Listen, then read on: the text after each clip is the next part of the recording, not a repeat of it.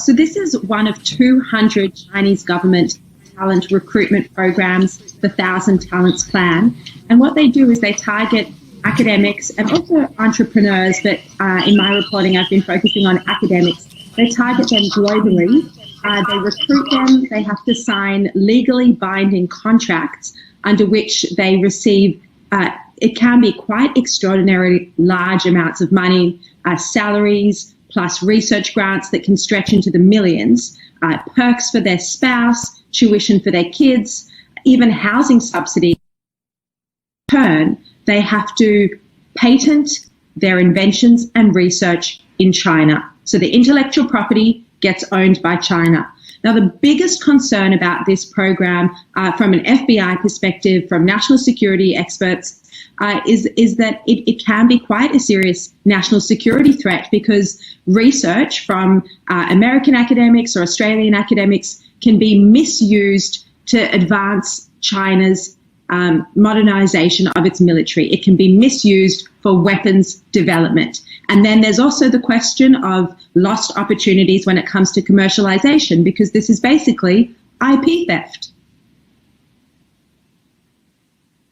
Here, are these people already in universities? Are they already somehow supported by taxpayers? Are they at companies that are supported by investors, and these are side deals, or these are deals that may override what they already owe to their public institutions? Can you walk us through, when they say these 1,000 talents and the CCP, Chinese Communist Party, is coming with new cash for their research or new cash for their work, is that overriding either taxpayers in Australia or companies that are supported by Australian or global investors?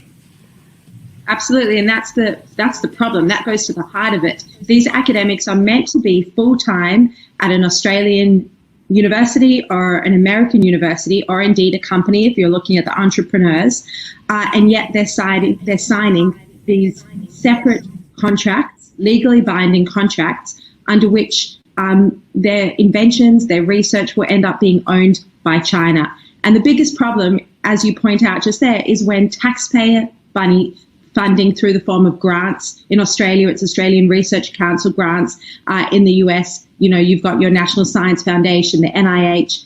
If American money is going towards these academics, and yet actually American taxpayer money is helping to advance China's military through this program, that's a problem. And what's so concerning about the contract is that they often have a clause that states that the academic needs to abide by China's legal system, even if you're living in America or Australia.